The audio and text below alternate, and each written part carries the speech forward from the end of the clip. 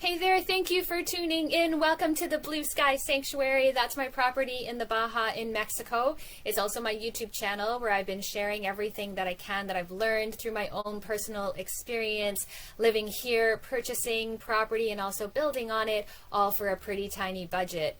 I have also shared some tips and tricks on how we can stay inspired to live our best lives, to stay motivated and productive and fulfilled. I look forward to sharing a lot more content like that in the videos to come. But for today, I'd love to catch you up on what's going on here at the Blue Sky Sanctuary. If you're new to the channel, basically, in a nutshell, I purchased property here 4 years ago. I put my heart and soul into it. We built a little 600 square foot house. I thought that would be my forever home. And then, long story short, I realized I had an opportunity to sell that property and do everything I had done all over again, but I could do it better and smarter, more efficiently, and most importantly, more gentle on the earth, more sustainable, and more independent. And so, that property is now sold.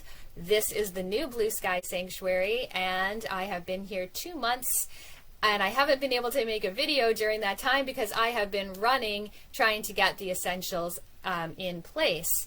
Basically, the real estate agency that I chose to sell my last property did a terrible job, and they took 6 months to close the deal. I was anticipating and I was told to expect that it would be 3 months, and then I would have an additional 3 months to put all the essentials in on this current property. Instead of 3 months, I had 10 days.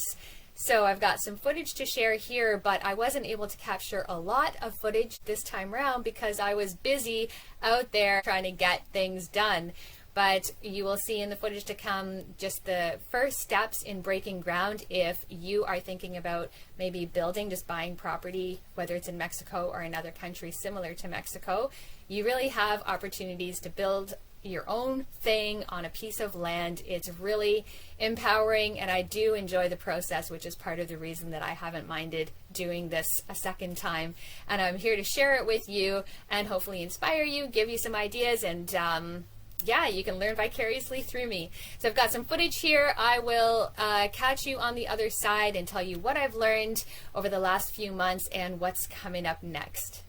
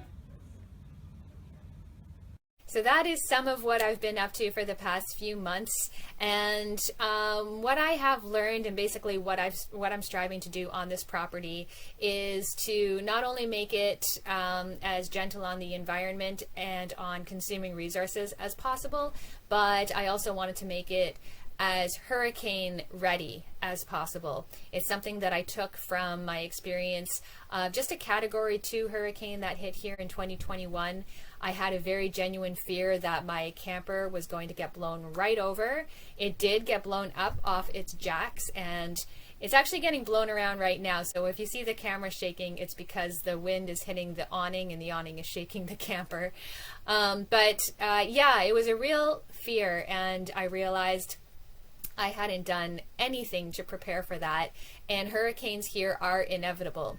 We had one in this town, well, all through the southern Baja in 2014, and it left this town without power for a month. And while typically that could be relatively bearable here because the weather's so nice, hurricane season happens in the summer months, and the weather is not so nice during that time. It is really, really hot and really humid, and there is no wind. And so if you have no power, it's really hard to sleep. I had just a taste of that with the last hurricane. And so solar power is top of the list of switches that I've made. This camper is now running on solar power. I'm recording this video with solar, and I am not likely going to connect to city power this time around. Same with water. I'm going to be on trucked water. I'm already on trucked water, but I'm going to be making bigger holding tanks to put water in the ground here so that I have that available when we need it. Also making the property hurricane ready is the choice of the fence that we used. It's metal posts that are much more secure in the ground than those old wood posts that I used last time. And there's much less on the fence, so that means that the air can pass through the fence really easily, so it's not going to blow it over, which means when the storms come, my dogs stay in the property safe and sound, and all the other dogs stay out of the property, keeping everybody safe and sound. So that's high on the list: hurricane readiness, and then sustainability, basically. So there's videos to come on the solar power and the setup and what I'm learning about that, and the trucked water and the ways that I'm going to be utilizing that. And as you might have remembered in the video there, I mentioned that I now have a flushing toilet in the camper, which is really exciting. But of course, they're not the most environmentally friendly flushing toilets. They just send so much water down the drain needlessly with each flush. So of course, I mitigate that by, I flush about every 5 uses, but we're going to make it even better because I am going to send my kitchen water and shower water to the holding tank of the toilet, and that water is going to end up flushing the waste into the septic system. So I look forward to sharing that with you in a future video, and I'm trying it out in the camper because ultimately I want that technology, for lack of a better word, toilet technology, to be in my house.